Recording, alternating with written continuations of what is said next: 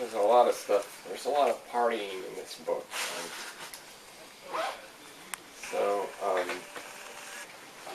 Should I break out some weed? Yeah. Just kidding. Okay. Okay, whatever. Let's start here. The sun starts to go down. Damon and I are lit up on Percocet and whiskey, heading to the main stage to check out 90s G-Funk rapper Warren G. The crowd tallied around 15,000 last night. But right now, the crowd looks pretty sparse, and the juggalos keep themselves busy by throwing trash all over the place. Damon and me laugh as the trash flies all around us, pelting us. Ahead of us, a backyard-style wrestling battle royale breaks out. Ninjas just start beating each other with folding chairs and whatever else they can find. I pull a juggalo aside for a photo. He wears a hatchet-geared hockey jersey embroidered with a dark, faceless, hooded figure with the words "The Wraith" emblazoned across the back. An open gash drips blood on his forehead, and he flashes the devil sign and sticks his tongue out for the picture. We giddily take pictures of the juggalos acting the most outrageous in their clown makeup, and they gladly ham it up for the camera. We put ourselves in the pictures with them, and they throw up wicked clown hand signs. Juggalos love having their pictures taken. How long has it been since Warren G actually did a show, crosses my mind as I dodge Faygo bottles and punch giant balls, beach balls flying toward me. And I realize I'm actually enjoying the worst mainstream rappers of the 90s. I mean, I fucking hate Warren G. I know that's controversial, but like, save it for like afterwards. Dealt with this, I still stand by that. Hey Ninja, I like that Crass tattoo. A tall, muscular Latino juggalo says, pointing to Damon's shoulder. I love that band. Aww. It's the first time we cross an actual cultural divide between us and the juggalos. Crass was a radical anarchist band from the 70s in England. Revolutionary and completely anti-state to the point of being irritating and arrogant. Most famous for radicalizing and politicizing several generations of young people and promoting communalism and revolution. The crossover into familiar territory shocks me, and I wish I could take the ninja aside and ask him why he likes the band, how he discovered them, and how it pertains to being a juggalo. But instead I say nothing. Damon makes small talk with him, asking him where he's from. He's from LA, but I forget the importance of this when I'm struck on the shoulder with a near full can of beer. That was a full can of beer! I shout to Damon, offended at the waste of alcohol. The punks would never waste a perfectly full can of beer. Get over it, Damon says, and I stop thinking of such things. Little more partying, and then I'm done. The carnival. Carnival don't fuck around. Fire up the tilt-a-wheel, and we'll see you all in hell. They all die. They all die. Round and round and round you go. You, the Dark Carnival, will never die. Since, once again, same clown posse. Darkness sets in and we decide to go to ride the tilt-a-whirl. We stand in line behind a chubby girl with a tattoo in the middle of her back. The inscription, Skrilla, sits in the middle of a banner sandwiched between two hatchet men. Now, I don't know if you've ever seen the Hatchet Man, but that's kind of their logo. It's kind of a guy going, he's got a hatchet up here. Skrilla on a banner, huh? Can you do that one more time? Yeah, so she's got a Hatchet Man Skrilla. I asked to take a picture of it, and she lets me. The flash bringing out the sunburn on her back. I have a moment of clarity as I look at the picture on my camera screen. The disembodied skin of a person whose clown name may or may not be Skrilla. I'm uncomfortable with taking it and put the camera away for a while. We get on the ride and a juggalette turns from her seat in front of me and says, "What's up, Lo?" She's pretty with long blonde hair. On her forearm is a stylish tattoo of an old-style compass one might see on a treasure map. And around her neck she wears a leather bondage choker with long loops hanging from it. Are you enjoying the gathering? Yeah, I'm having a really good time, I say, as things start spinning. She tells me her name and the location of a party at her camp, but both slip my mind.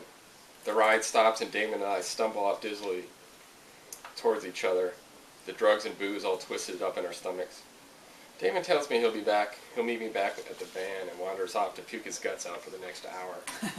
Determined to press on, I head to the Midway and buy a corn dog to settle my own queasiness. It does the job, and fully recovered, I head to the drug bridge to mingle.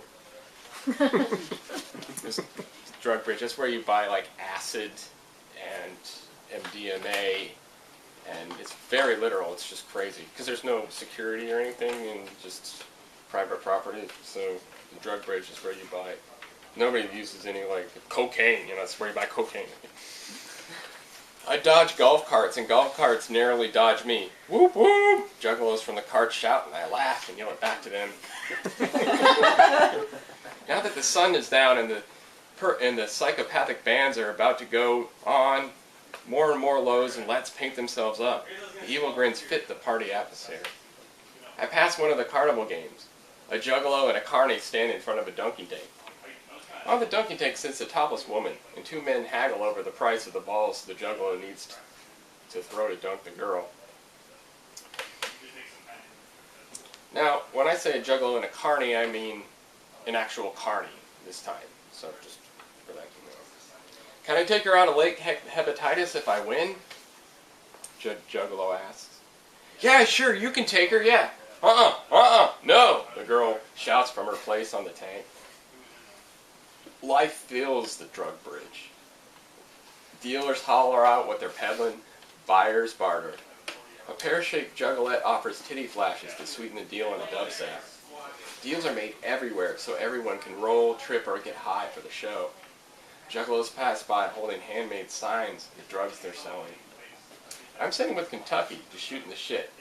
I genuinely like Kentucky, his energy and enthusiasm.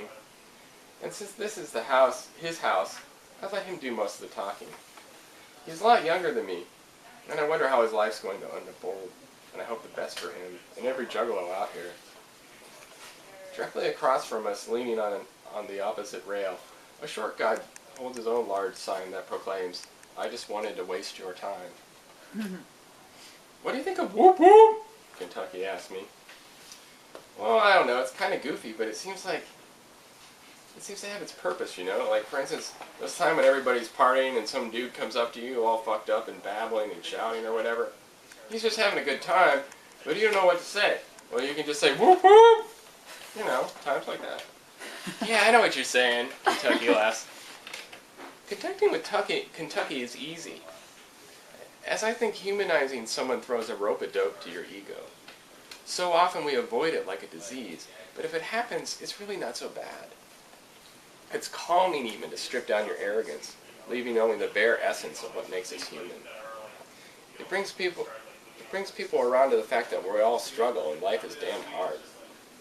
Think about my own shortcomings. I'm fucked up, my mind awash in pills and booze to calm all my self-doubt about jumping into this project, about chucking all journalistic integrity out the window.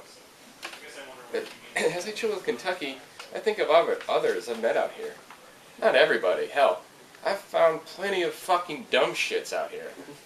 But everyone who's cool has respected me. And I wonder what about the true nature of a trail and what it is. Is it intent or lack of honesty? A guy in a tie-dye shirt with long gray balding hair wanders across the drug bridge. He's gazing wall-eyed at everything around him, tripping balls. Hey, what's up, Kentucky? Kentucky asks him.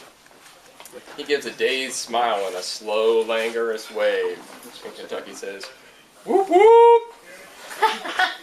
That old dude's fucked up, I say. That's Gallagher, Kentucky tells me. The 70s comedian famous for taking sledgehammers to water. Chase him down and I'll get a picture of you with him, I tell Kentucky. He does, and I snap the picture. Kentucky with a big grin and his arm around Gallagher frying on acid. Then I head back to camp to catch up to Damon and re-up on booze. He's chilling around the band and shooting the shit with some juggalos and drinking whiskey. Hey, I was hoping you'd make it back. That ride made me puke 5 times. This is Craven, he says to the lows he's chilling with. I flop down and smile to myself. I'm having a hell of a time. I'm with my best friend and 20,000 juggalos in the middle of nowhere. And I'm about to listen to clowns rap. I'm not sure how any of this counts as journalism, but I'll be damned if I care right now. Thanks, Long Haul. Allowing this to happen.